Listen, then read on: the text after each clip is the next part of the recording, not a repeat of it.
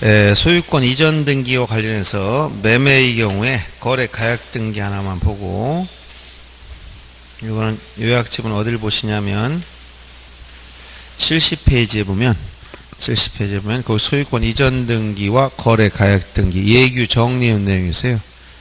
이게 좀 뭐 복잡한데 이거 다 알기로 없고, 이제 거래 가약 등기다. 언제부터 이것을 가액을 등기하느냐, 이 내용을 좀 알아야 돼요. 거래 가액 등기는 오래된 거죠. 언제? 2006년 2005 잠깐 아까 2000년대 갑자기 딴 생각하다 보니까 엉뚱한 생각이네. 2006년 1월 1일 이후에, 첫째 시기가 물어보면 2006년 1월 1일 이후에 이루어진 매매에 관한 거래 계약서를 토대로, 매매 계약서를 토대로 해서 소유권 이전 등기를 할 때, 소유권 이전 등기를 하려면 거래 가액을 신고해서 그 등기부에 기록하게 되어 있어요. 이거는 그럼 거래 가액 등기 대상이 되는 건, 물론 현실적으로는 그 당시 시행될 때 노무현 정권 그 당시에 이게 좀 문제됐던 거니까 이때 이후의 계약을 하겠지만, 현실적으로는 2006년 6월 1일 신청본부터 받아준 거예요. 근데 이제 시험 관련해서는 2006년 1월 1일 이후의 매매 계약서를 토대로 소유권 이전 등기할 때 이것을 거래가액을 등기하도록 했다. 그 얘기는 2006년 1월 1일 이전 거다, 2005년도다. 그럼 거래 가액 등기 대상이 아닙니다. 계약서가 아니라 판결서를 가지고 등기한다, 가액을 등기하지 않아요. 소유권 이전 등기할 때만 하기 때문에 가등기할 땐 거래가액을 등기하지 않는다는 얘기예요. 알았어요? 기본 내용 알아두시고, 두 번째, 이 거래 가액 등기할 때 이제 거래 가액을 어떻게 하냐, 신고해. 실거래 가액, 실거래 가액. 이걸 거래 신고했죠? 신고하는데 이때 신고한 거래 가액은 어디다가 등기하냐면 등기 기록, 즉 등기부에 어디다 기록되어 있냐면 갑구 중에서 권리자 및 기타 사항란, 여기 권리자 및 기타 사항란, 여기다 씁니다. 여기다 금, 환율과 알아봐 숫자로 1억 원, 얘를 1억 써줘야 돼. 이게 미국 돈이면 미와 금 1억 달러 이렇게 써주란 말이에요. 갑구에 쓴다, 갑구에. 근데 요거는 매매 목록이 첨부 안 됐을 때, 근데 매매 목록이 첨부되면 이때는, 그럼 매매 목록은 언제 첨부하는 거냐면 부동산이 2개 이상이거나 부동산이 하나라도 여러 명, 수인 대 수인 간의 매매, 여러 명과 여러 명 간의 매매할 때는 목록을 내야 돼요. 목록이 첨부돼 버리면 갑구에는 여긴 매매 목록 번호밖에 안 들어가요. 여기에 들어가. 즉 매매 목록 제 몇 호 이렇게밖에 안 들어가 있어요. 그러면 거래한 그 실거래 가액은 어디다 등록하냐? 첨부된 매매 목록을 또 찾아봐야 된다는 얘기예요. 그래서 매매 목록이 첨부됐으면 이것도 발급해달라고 신청을 해야만 발급해줘. 그렇지만 발급이 안 됩니다. 이렇게 매매 목록이 첨부되는 경우 언젠가 이것도 같이 알아두면 됩니다. 같이 알아두면 돼요. 자, 요 내용이 이제 여러분 159페이지 16번 문제 한번 봅니다. 16번 문제. 자, 매매를 원인으로 소유권 이전 등이라는 경우 거래 가액 등기에 관한 설명 중 틀린 걸 찾아봐라. 2006년 1월 1일 이전에 작성된 계약서를 원인 증서로 한 경우는 가액을 등기하지 않는다. 이거 이후이기 때문에 이전 건 등기하지 않는다 그랬어요. 그다음 두 번째, 원인 매매를 하더라도 원인 증서, 판결서, 이렇게 계약서 아니라 판결서 등일 땐 하지 않는다 그랬어요. 그다음에 신고 필증상 부동산이 한 개인 경우는 매도인과 매수인이 각각 복수이더라도 매매 목록을 제출할 필요가 없는 게 아니라 여기 한 개라도 수인 대 수인 간의 매매일 땐 목록을 내야 돼. 한 개이거나 여기 2개 이상이거나 또는 한 개라도 당사자가 수인 대 수인 간의 매매일 땐 목록을 첨부하게 되어 있습니다. 3번 틀렸고, 당초 신청 착오가 있을 때 목록을 경정할 수 있지만 이걸 임의대로 변경하거나 그럴 수는 없습니다. 신청 착오가 있을 경우에 한해서 경정할 수는 있다. 그 다음에 원인 증서와 신고 필증이 기록된 사항이 서로 달라서 동일한 거래라고 인정할 수 없다면 그 등기 신청 각하된다. 원인 증명 정보 이것과 신청서 서로 다르다면 당연히 각하사유 29조 각하사유 11개 중에 다 들어가 있어요.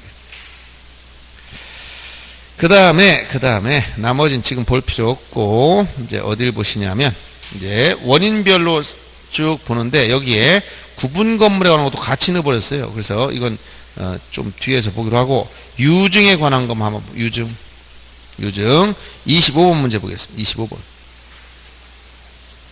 유증에 대해서는 요약집 어딜 잠깐 보시냐면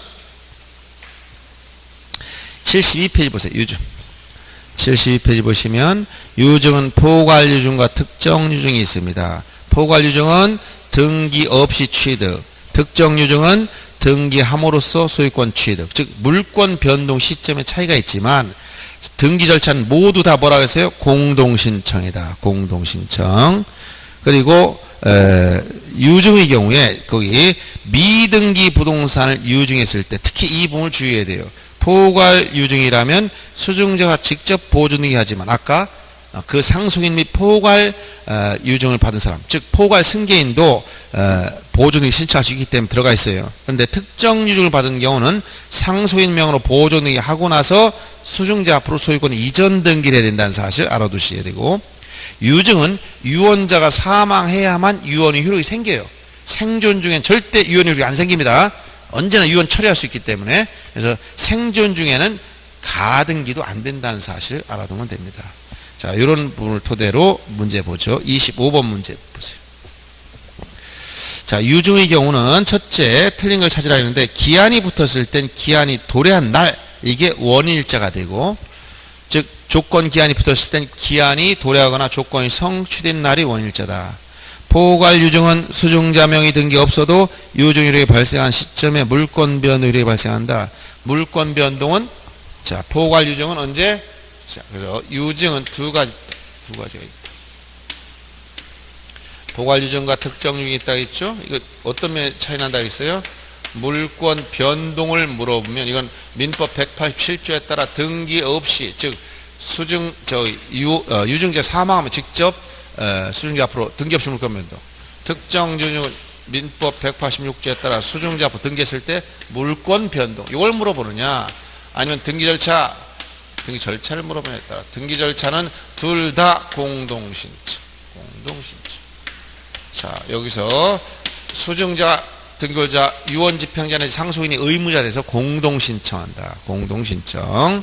그래서 물권 변동을 물어봤으면 나눠야 되고, 등기 절차를 물어보면 둘 다 공동신청이라는 거예요.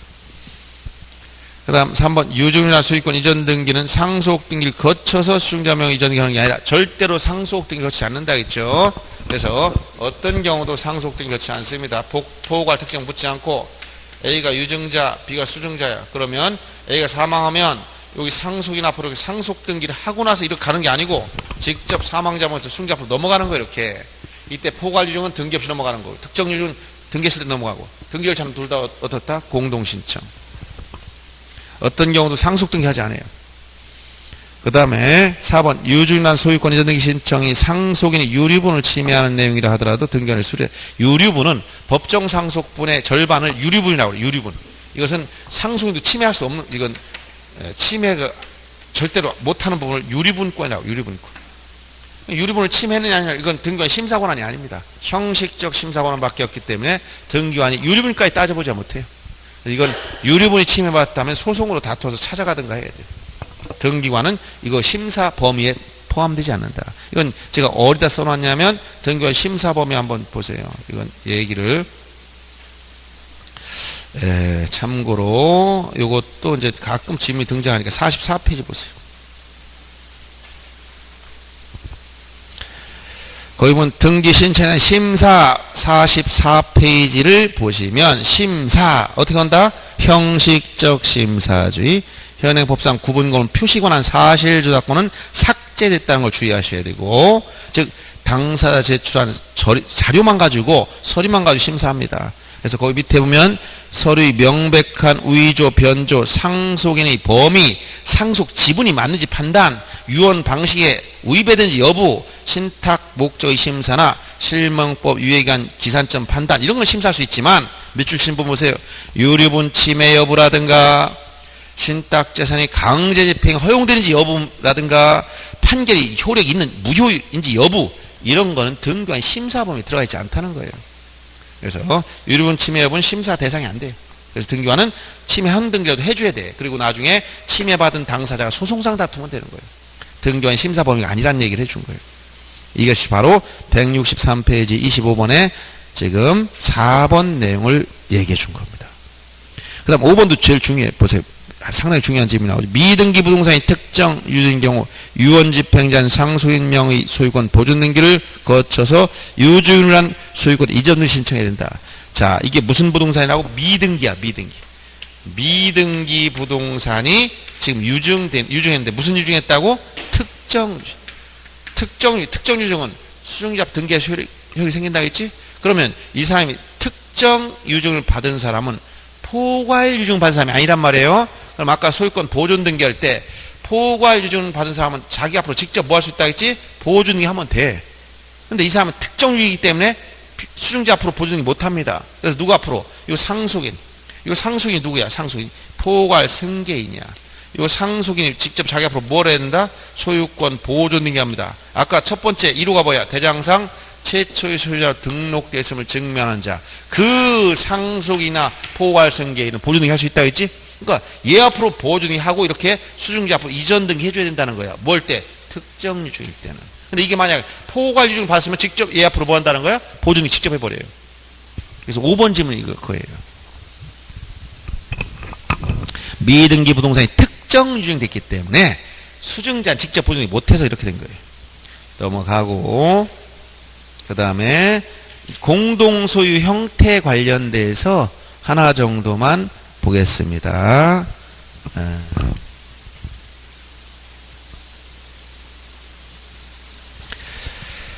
여기 27번 문제 보세요. 27번.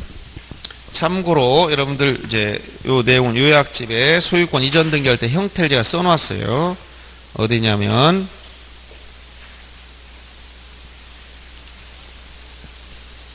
자, 소유권 이전 등기에 대해서 70페이지에 보면 맨 위에 등기부상 거기 보면 박스 하나 있을 거예요. 단독 소유를 공동 소유할 때 소유권 이전 등기하면 된다. 공유를 합유로 하거나 합유를 공유할 때 소유권 변경 등기를 해라. 공유 합유를 총유로 하거나 총유를 공유합으로 바꿀 때는 소유권 이전 등기한다. 이걸 일단은 이 개념 좀 이해해 줘야 됩니다. 소유는 소유자 혼자 있을 땐 단독 소유. 여러 명이 같이 소유하면 공동 소유. 이 공동 소유 형태야 민법상 지분이 자유로운 공유 형태가 있고 민법상 조합의 재산 소유 형태 합유가 있고 권리 능력 없는 사단 즉 총유 이렇게 소유 형태가 민법상 세 가지로 나눠지죠. 그러면 단독 소유를 공동 소유로 바꾸려면 무슨 등기한다? 이렇게 소유권 이전 등기. 그 다음에 이 공유 합유 간에 서로 바꾸려면 무슨 등기한다? 소유권 변경 등기하면 돼. 합유나 공유를 총유로 바꾸려면 무슨 등기한다? 소유권 이전 등기하면 돼. 이 내용을 잘 이해해야 돼. 복잡한 것 같으면 원리는 간단합니다. 그래서 원리는 간단한 건데 제가 하나 예를 들어보죠. 지금 여기 임야가 있어. 임야 선산으로 쓰는 종중 땅이 있습니다. 현재 갑이라는 사람이 혼자 가지고 있었어. 죽었습니다. 죽었어. 사망했어. 그럼 상속되지? 법률 규정에 따른 물권배도. 여기 상속이 있다고 칩시다. 3명 있어. A, B, C. 자, 사망하면 뭐가 된다? 소유권 이전. 단독 소유가 뭐가 된 거야? 공동 소유. 상속인이 지분대로 갖는 거예요. 균등일 땐 3분의 10. 단독 소유가 공동 소유가 갖고 무슨 등기합니까? 소유권 이전 등기했지? 원인은 상속이야. 단독 소유가 공동 소유 형태로 바뀌니까 무슨 등기했다고? 소유권 이전 등기. 근데 이 상속인 셋이 서로 간에 이게 우리 여기 모든 묘지나 이런 게 다 있어서 함부로 팔 수가 없어. 그래서 어떻게 한다? 이걸 함부로 팔지 못하게 하려니까 전원 동의 없으면 안 되게 만들자. 그래가지고 우리 민법상 조합식 만들어서 합유 등기 해버리자. 합유 등기. 그러면 이게 지금 공유 형태를 합유로 바꾸려고 그래. 합유. 그럼 어떻게 돼요? 등기부에 합유는 A, B, C 3명 합유자만 써요. 합유 등기해버려 이렇게. 이러면 어느 누구도 이거 전원동의 없이는 팔 수 없어요. 그런데 문제는 생겨. 왜? 합의에도 셋 중에 누가 죽어버렸다. 그럼 어떻게 돼? 나머지 잔존 소유자 합의로 바뀌어버려요. 상속되지 않아요, 이거 합의로. 그러면 지분을 등기하지 않으니까. 만약 얘도 죽었다. 그럼 얘만 남아. 얘가 단독 소유로 되면 또 단독 소유로 해가지고 팔아먹으면 또 이게 이제 또 문제 생기니까. 이렇게 합의로 만들었다가 한 10년쯤 있다 생각하니까 우리가 죽으면 어떡하지? 하다가 그러면 꼼짝도 못 하는데 누가 팔아먹으면 이 묘지 다 없애야 되는데 해서 이 세상에 뭐라는 거야? 우리 종중땅으로 만들어버리자. 종중땅으로 만들어보자. 해가지고 요 A, B 3명이 이제 합의로 해놨다가 이것을 우리 종중땅, 얘들이 이제 김씨야. 김해 김씨, 예를 든다면 무슨 파, 뭐 사공판이 무슨 파가 있더라고. 이 사람, 여기 앞으로 등기해버리자. 이렇게 하려고 그래. 이게 뭐야? 권리능력 사당. 자기만 등기할 수 있다겠지? 대표자가 신청하면 돼요. 이렇게 이전하려고 그래. 즉, 합의 관계를 지금 총유로 바꾸려고 그래. 그럼 뭐야? 소유권 이전 등기하면 돼. 여기 공유 합의를 바꿀 때는 뭐야? 소유권 변경 등기하는 거예요. 알았어요? 다시 한번 단독 소유를 공동 소유로 하면 소유권 이전이요. 공유 합의가 아니라 서로 바뀌면 공유를 합의로 하거나 합의를 공유로 하면 전부 다 소유권 변경이요. 합의나 공유를 뭐로 총유로 바꾸려면 뭐가 된다? 이전이라는 거. 이전. 권리 변동 이전 소 형태 이 개념을 이해하셔야 돼. 이해. 원리를 딱 알고 있으면 됩니다. 자, 그러면 164페이지 27번 문제 보세요. 3인이 합의자 중 1인이 사망한 경우, 즉 합의에서는 합유, 이 합유란 말 쓰면 이건 민법상 조합이라는 거예요. 민법상 조합. 민법상 조합은 자기 명으로 등기할 수 없습니다. 그래서 어떻게 하냐? 조합원 명의로. 이건 등기 능력이 당사 적격이 없어요. 당사 적격. 당사자 적격이 없다는 건 자기 이름 등기 못 한다는 거예요. 그래서 조합원 앞으로, 조합원은 자연인입니다. 조합원 명의로 합유 등기를 해버리더라. 합유 등기 하더라도 지분을 등기하지 않습니다. 지분은 등기상 자체가 아니에요. 합유. 그래서 지분 가압류 같은 거 못 하는 거예요. 합유 지분에 대해서. 그러면 합유자가 예를 들어서 A, B, C 3명이 합유자일 땐, 합유자 3명이 있을 땐 써놨는데 합유자 중 일부가 사망할 수도 있고 제3자 들어올 수도 있고 바뀔 수도 있고 또 뭐 추가, 교체, 탈퇴 여러 가지 변동이 생길 수 있어. 즉 합유 조합원 변동이 생기면 여기서 조합원의 민법상 조합에서 조합원이 사망하거나 탈퇴하거나 교체되거나 새로운 사람이 추가되거나 이런 변동이 생기면 전부 다 무슨 등기를 하는 거냐? 사망했다 상속도 안 되고 탈퇴해서 무슨 지분을 가져가는 것도 아니고 교체해서 서로 교환하는 것도 아니고 추가됐다고 집을 이전해 주는 것도 아니에요. 그래서 합유에서는 전부 다 합유 등기 명의, 합유 등기 명의인 표시 변경, 전부 다 표시 변경 등기만 해요. 표시 변경. 예를 들어서 A, B, C 중 C가 죽었다 그러면 어떻게 돼? 바뀝니다. 뭘로? A, B 2명으로 바뀌고 합유. 이게 뭐야? 표시 변경 등기. 합유 관계에선 조합원이 한 명 남을 때까지 전부 다 뭐 한다고? 표시 변경 등기만 하고 말아요. 자, 27번 봅니다. 3인의 합유자 중 1인이 사망했을 때 올바른 등기 방법. 잔존 합유자의 합유로 하는 합유 명인 변경, 즉 표시 변경을 하면 됩니다. 1번이 정답. 사망한 합유자 상속인들과 상속되지 않습니다. 1인의 사망으로 합유가 소멸되므로 소멸되질 않아요.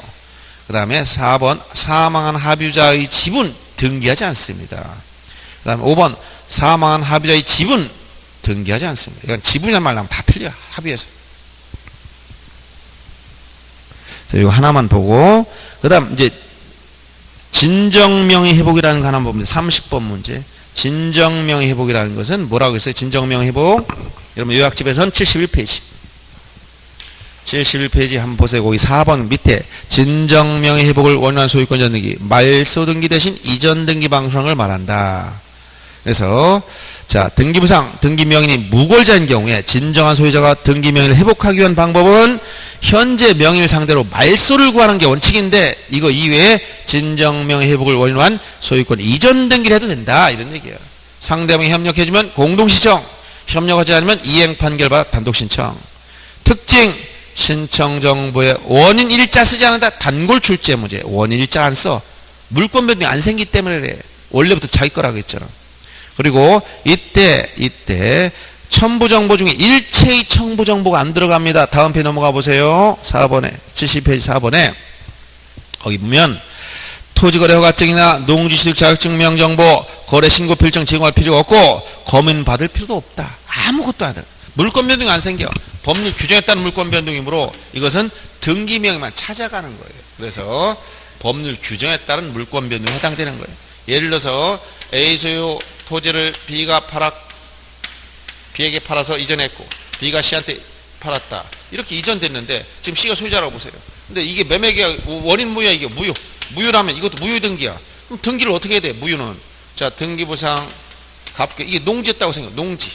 그러면 자 A로부터 B 앞으로 이전됐고 지금 C 앞으로 이전이 됐는데 지금 A, B 최초의 매매가 원인 무효였어. 원인 무효였다면 이게 무효입니다. 그럼 이것도 무효 등기 무효 등기야. 무효 등기는 어떻게 해야 돼? 다 말소해야 돼. 여기부터 말소에 올라가는 거꾸로. 그러면 현재 소유자 지금 있으니까 문제 없죠. 종종 소유자도 어떻게 찾아내가 말소할 거예요? 복잡하지? 다 찾아가지고 공동시청으로 해야 되는데. 그러니까 이거 말소를 하기 힘드니까 어떻게 한다는 거야? 이거 말소를 하면 절차가 복잡해. 이게 여러 단계 끼면 더 어렵단 말이야 이게. 그러니까 요거 직접 진정한 소유자, 즉 이게 무효란 물건 처음부터 복귀돼서 진정 소유자는 A야. 요 소유자. 진정 소유자는 A니까 진정 소유자가 A면 등기부상 명의도 A로 돼 있으면 돼요. 그런데 진정 소유자는 A인데 소유자는 C로 돼 있잖아. 그러니까 이걸 어떻게 하면 돼? A 앞으로 그냥 이전하면 된다. 간단하게. 소유권 이전 받으면 돼요. 뭐로 가도 한양만 가면 되는 거예요 이게. 알았어요? 말 쏘는 방법 복잡하니까 어떻게 한다? 이전 받으라. 그래서 말소 등기 대신 뭐로 한다? 이전 등기로. 물권 변동이 있어 없어? 없어. 원래부터 누구 거야? A 거야. 농지자 농지증 안 내. 왜? 농 취득한 게 아니야. 자기 거 등기명만 찾아가는 거야. 토지거래 허가구역도 허가받을 필요 없어. 왜? 소유권 변동이 안 생겨. 자기 건데. 물권은 자기 건데. 또 검인 대상도 아니야. 왜? 매매로 이전 등기하는 게 아니야. 지금 계약을 통해서 이전 등기하는 게 아니기 때문에 그렇다는 거예요.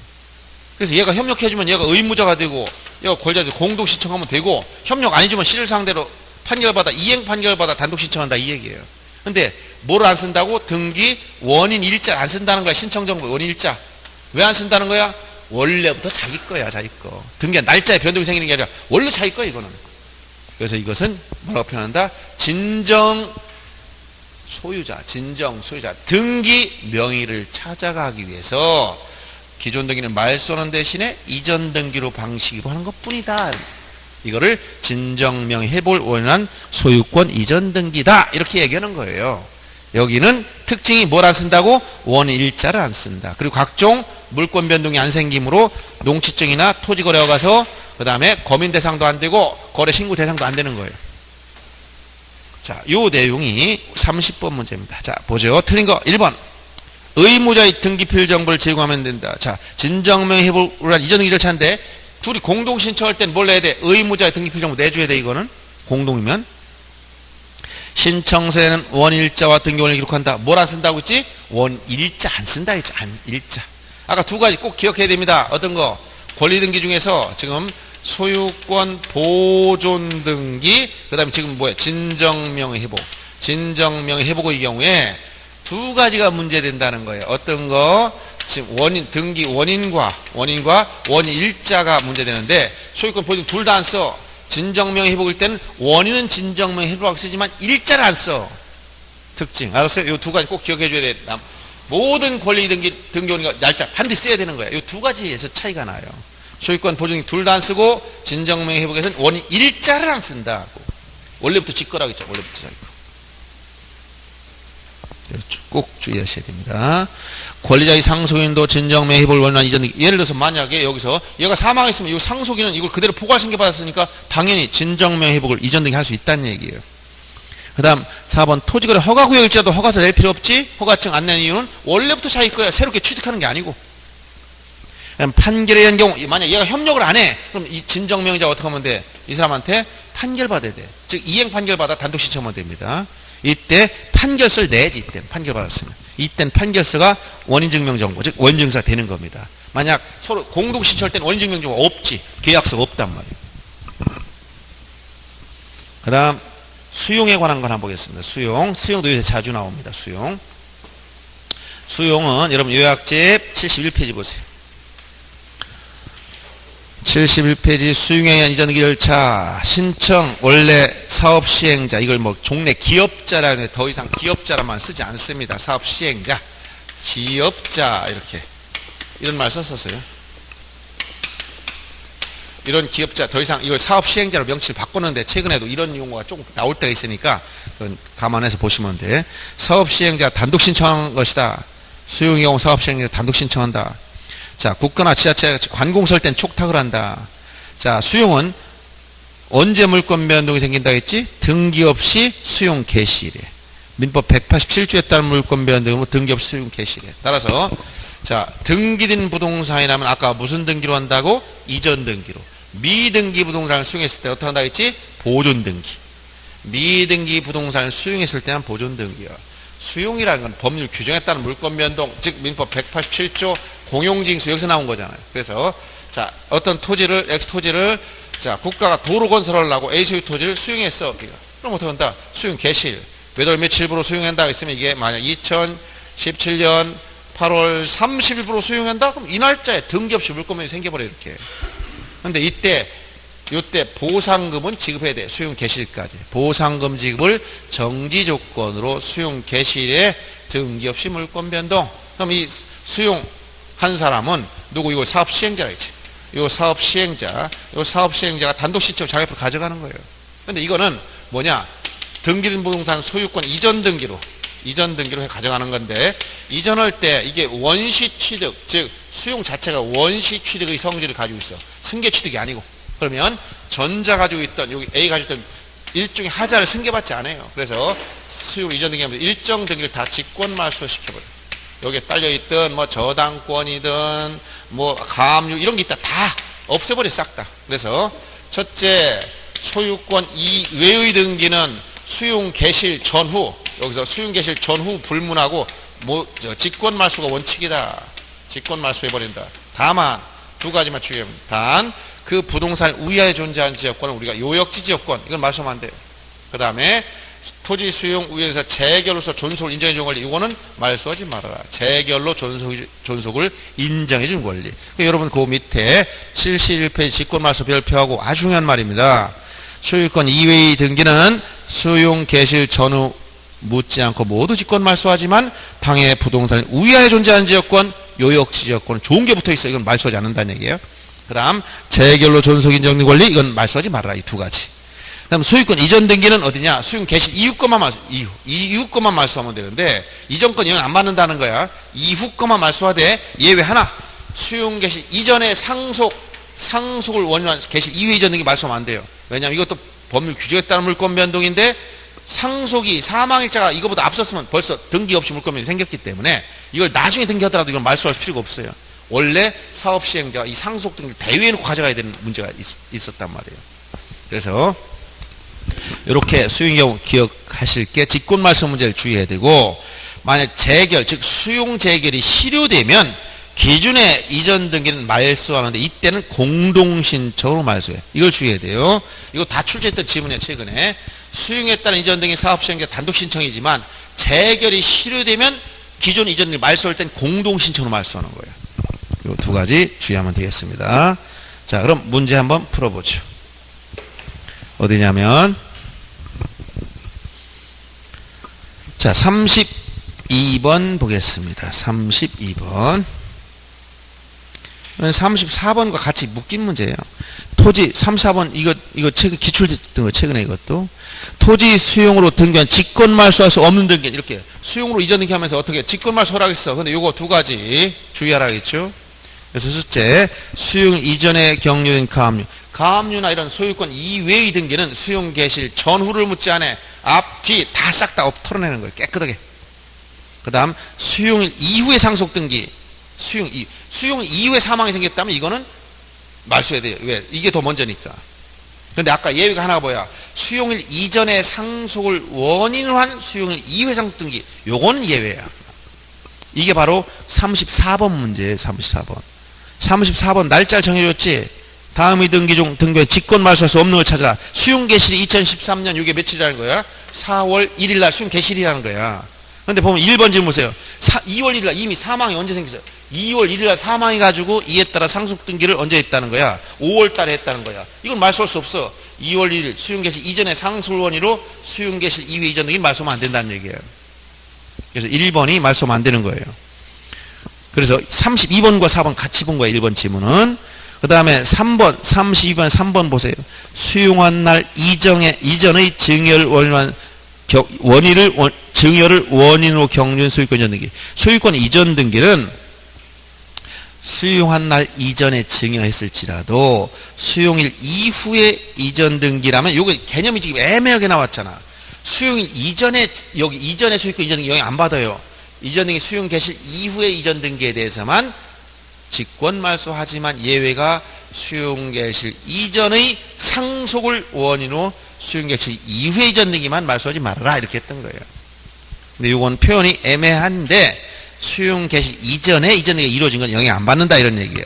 그다음 수용 이전에 격려된 가등기 이거는 소유권 이외의 등기니까 이외의 등기는 전후 묻지 않고 다 없어지는 거예요. 다 없어져요. 수용일 이전에 압류 역시 다 없어집니다. 요걸 이제 구체적으로 한 거에 34번이라고 아까 얘기했죠. 1번만 예외고 나머지는 2월 7일 이전에 매매를 원인으로 수용일 이후에 이전 등기 이건 전부 다 직권 말소. 3번 지문도 수용일 이전에 근저당이니까 앞뒤 묻지 않고 다 없애버립니다. 4번도 전세권이니까 앞뒤 묻지 않고 다 없애버리는 거예요. 5번은 가등기 역시 앞뒤 묻지 않고 다 없애버려요. 그래서 시험에 많이 나온 건 요거예요. 오히려 요역지지역권이나 재결로 존속이 인정된 권리는 말소하지 말아라. 작년인가 어디 한번 또 나왔을 거예요. 거기 보세요. 35번 문제가 27회 문제잖아요. 작년 문제. 소유권 등기에 관한 설명 틀린 거. 2번 질문만 보겠습니다. 수용에 의한 소유권 이전 등기를 할 경우 그 부동산이 처분 제한 등기, 즉 가압류나 처분금지, 가처분 등기 등등 이것은 수용 개시일 전후를 붙여서 다 지워버려요. 싹 다.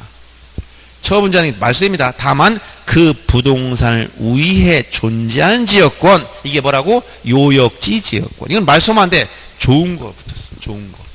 예를 들어서 무슨 얘기냐면 여러분 말해도 이해하지 못하는 사람이 굉장히 많아요. 예를 들어 10번지 토지 A 토지가 있어. 11번지 토지 B 토지가 있어요. 10번지가 맹지라서 11번지를 밟고 다니려고 봤더니 여기 지역권 설정했어. 그럼 제한물권에 설정된 건 누구 땅이야? B 땅에 제한물권 설정됐지?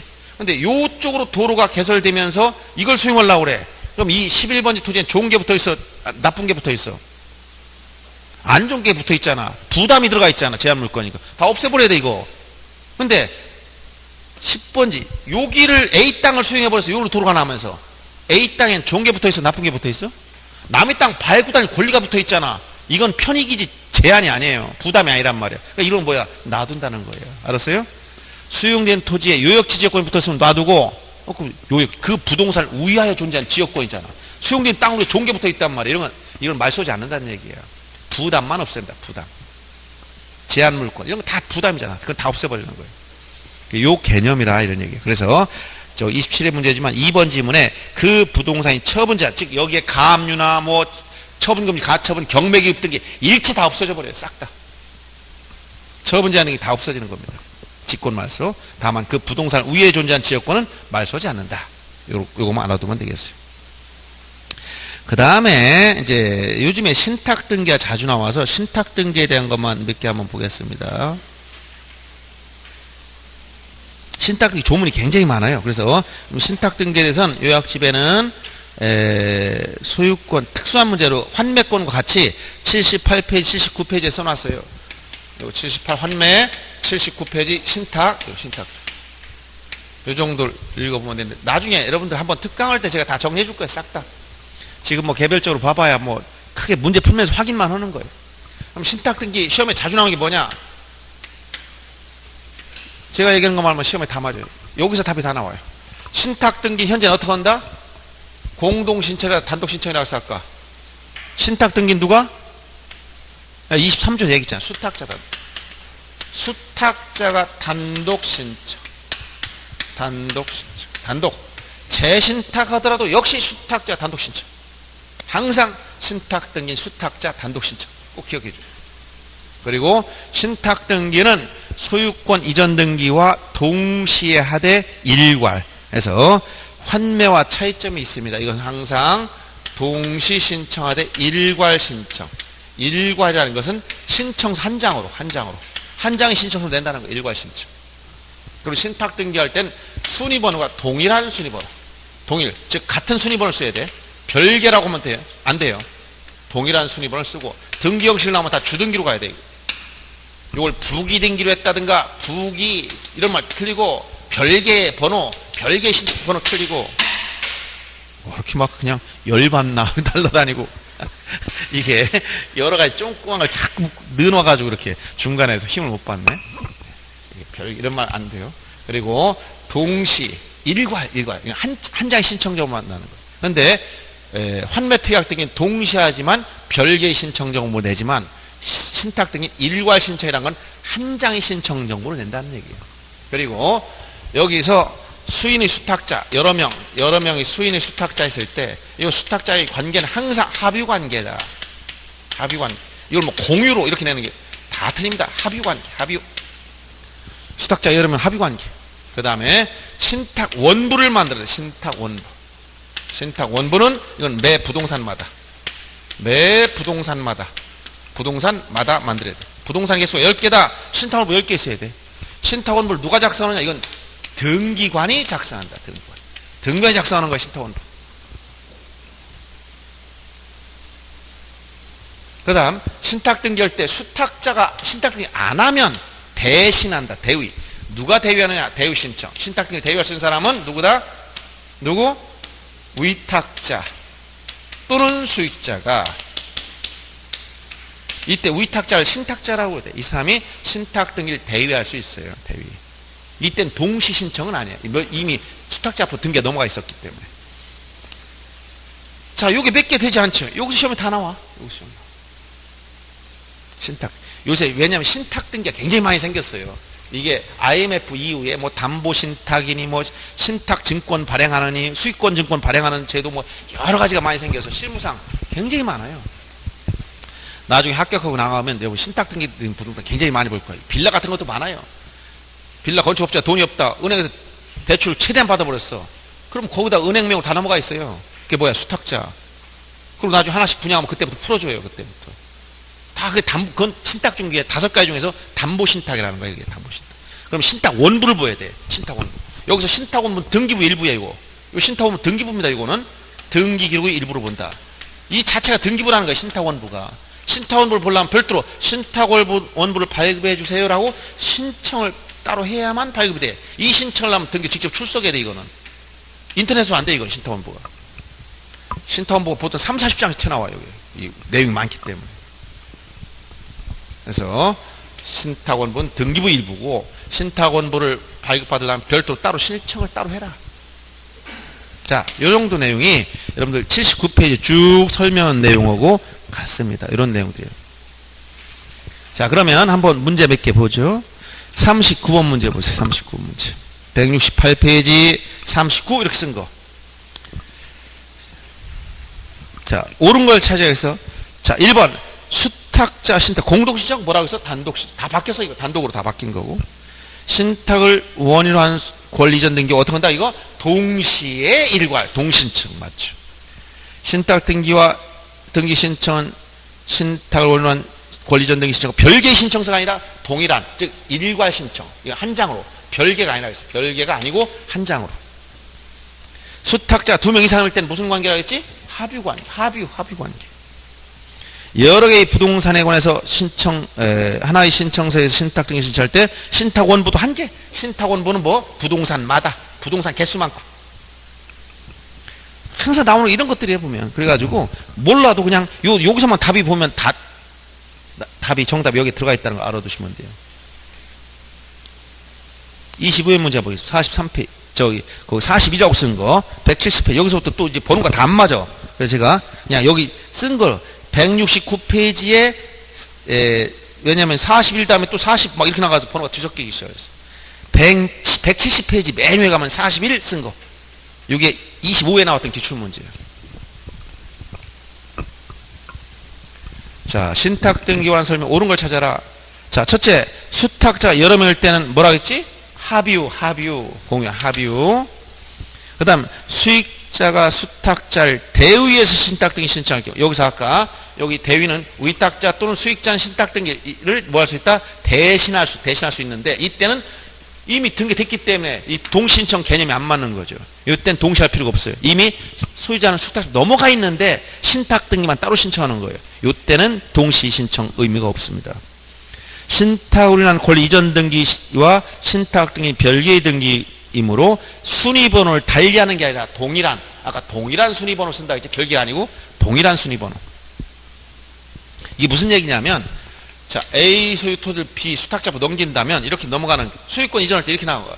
갑구에 가면 갑구, 소유자 A 나와 여기 소유권 이전, 원인은 신탁, 원인 신탁이라 넘어가고, 여기다 신탁 원부 제 몇 호 이렇게 나왔어. 이렇게 한 순위번호 안에 이게 밑에 요게 들어가 있다면 요게 알았어요? 신탁 등기 밑에 요게 들어가 있다는 거예요. 그래서 요 신탁 원부, 요 신탁 등기란 말 요게 들어가 있는 거예요, 다.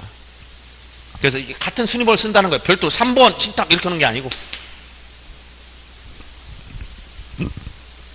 그다음, 그래서 3번처럼 순위번호를 달리하는 게 아니라 같이 하는 것이고, 신탁 종류로 신탁자에 속한 권리가 이전된 경우 수탁자는 단독으로 신탁 등기 말승기 신청할 수 있다. 자, 신탁 종류의 경우도 역시 신탁 등기 말소는 어떻게 한다? 단독 신청이에요. 단독 신청. 어떻게? 동시에 일괄적으로 똑같아요. 말소도. 5번 같은 건 나오다 말하는데 이거 그냥 지우세요. 이건 담보 신탁 얘기하는 건데 조문 옮겨놨던 거야. 등기법 87조 2. 그래서 담보 신탁이라는 게 있다. 이렇게 알아두시고, 뭐 이거 나오다 다 잘려가지고 길어가지고 제가 불러주기 어려워요. 이건 물권 법정주의 위반해서 무효라는 내용이었었는데 합법적인 거예요. 담보 신탁이 현재 허용되고 있습니다. 담보권 신탁이라고 해요. 담보권 신탁. 거의 담보 신탁이 대부분이에요. 개발하는 것도 있지만 이 담보 신탁. 보통 이제 만약에 이 100억짜리 빌딩이 있다. 100억짜리. 근데 한 90억 대출 받았어. 그럼 이건 다 신탁으로 넘어가 버립니다. 그래서 예를 들어 소유자가 자기 소유권 행사 못 해요.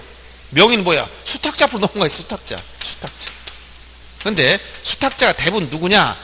하청 업체야. 누구냐면 은행의 하청이야. 만약 여기서 이렇게 됐다고 보세요. 여기 A가 B 일반 은행에서 대출 안 해주니까 뭐 저축에 이런 데를 가는 거예요. 이자를 좀 높게 주고. 여기서 일반 은행에서 50억밖에 대출 안 해줘. 근데 저축이 하니까 90억을 대출해줘. 그럼 거의 다 90억 대출했으면 소유권 이쪽 넘어가야 된단 말이야. 이 정도까지 가치를 대출 받았으면 부동산 가치를 다 가져간 거야. 다 쓴 거야. 그러니까 여기 수탁자 앞으로 해야 되는데 이 사람이 은행이 직접 가져가지 못하니까 지가 밑에 여기 수탁자 하청 회사 하나 설립해. 무슨 자산신탁 이런 걸 만들어 놔. 그래가지고 명의는 시 앞으로 가져가고 이자는 여기다 줘. 이게 뭐야? 은행이 수익자가 돼버리는 거예요. 이렇게 받아버려요. 구조가. 이런 담보신탁이 대부분 다 이렇게 생겼어요. 뭐 농협도 농협 저축은행을 만들어가지고 걔들이 자기 앞으로 해놓고 이자는 은행에서 받아간다든가 이렇게 되는 거예요. 이게 바로 뭐다? 담보권 신탁. 은행이 뭐가 되는 거야? 수익자. 이게 뭐야? 수탁자가 되는 거야. 그래서 이 수탁자는 여기 전부 다 얘들이 자체를 만들어버린 거니까 법인만 달리한 것 뿐이야. 그러니까 이 사람이 나중에 팔아먹으려면 돈을 다 갚아야 돼. 그래야 신탁을 해지하고 이걸 재산 넘겨줄 수가 있어요. 이런 구조로 가는 거야. 그래서 거의 신탁 등기가 아주 여러분들 골목마다 있는 거 아셨어요? 그걸 빌라 같은 데 가보세요. 자기 돈 가지고 가는 사람 별로 없습니다. 전부 다 은행도 끌어다녀요. 그래서 이제 땅만 조금 가지고 있다면 다 은행 대출 받았는데 대출량이 많아지다 보니까 다 신탁으로 가는 거예요. 그래서 이게 의외로 담보신탁이 많습니다. 등기 보니까 신탁 이렇게 나왔어. 그럼 어떻게 돼? 등기소에 가서 뭘 떼봐야 돼? 신탁 원부. 이거 보여야 돼, 여기. 그럼 신탁 관계 어떤 관계고 대출액수 얼마인지 다 나와 있단 말이에요, 여기에. 그래서 참고로 이런 것 연결해서 가르쳐 드리는 거니까 시험 관련해서 이렇게만 알면 돼요. 나오는 거 여기서밖에 안 나와. 수탁자 단독, 동시, 일괄, 별개 아니라 일괄. 그 다음에 동일한 순위번호, 등기형식 주등기. 여러 명의 수탁자, 합의관계. 신탁원본 부동산마다. 이것은 등기부의 일부로 보고 이걸 원할 때 공개를 원하면 별도로 신청해라. 대유 신청할 수 있는 거. 위탁자 또는 수익자가 수탁자를 대유. 이때는 동신청이 아니에요. 이때는 대유할 때는. 이미 등기됐기 때문에 수탁자가. 이 신탁등기 해야 되는데 이걸 안 했단 말이야. 수탁자가 자기 앞으로 등기만 해놨어. 신탁등기 안 해놨어. 그럼 제3자 볼 때 이건 개인재산처럼 보이잖아. 그러니까 이걸 신탁등기 해야 된다는 거. 이게 누구 이렇게 안 할 때 대신 위탁자 또는 수익자가. 이런 얘기예요. 이런 신탁등기 문제 이렇게 이해하시고, 그 다음에 각종의 이제 용익권과 담보권이 나오는데, 이것은 이제 민법의 물권법을 공부하면 거의 다, 또 시간이 없었어. 15분 남았어요? 한 15분이야? 15분밖에 안 됐나? 아까 몇 시에 시작했어요? 1시? 20분 여기 시작했지? 이제 여기서 이제 시간이 또 거의 다 된 것 같아. 1시간 더 올 거예요? 예? 뭐 온다고? 화장실? 그래서 조금 쉬었다 오려고 그래요, 여러분들 좀. 그래서 여기 용익물권하고 담보물권 이제 이게 이제 강론에서 12문제 만들다 보니까 강론에서 많이 문제 못 내고 이게 포괄적으로 자주 내. 그래서 종전에는 전부 다 담보물권이나 용익물권 특징들 다 모아서 한 문제씩 만들었었는데, 요즘에는 또 이제 어떤 경향이냐면 작년 같은 경우는 한 문제를 만들면서 지문을 그냥 앞에서 뒤까지 다 앞에 총설, 저쪽 등기소, 등기관 거기서 하나, 또 절차 총 하나 문제, 강론 이렇게 문제 하나가 등기법 전반에 있는 거 지문하나씩 다 들어가 있어. 이런 식으로 좀 이상하게 내는 경우도 있어요, 최근에. 그래서 이제 복합적인 문제를 많이 만들어내는데, 가급적이면 공부한 사람들이 테스트를 하려고 보니까 내용을 많이 물어봐야 되는데 문항수가 없잖아. 그러다 보니까 박스형 한 문제 박스에서 지문 한 5개쯤 모아놓고 틀린 거 다 골라내라 이렇게 한다든가, 이렇게 특히 등기 강론에서 이게 더 아주 자주 나오고 있어요. 조금 쉬었다 할게요. 네, 네.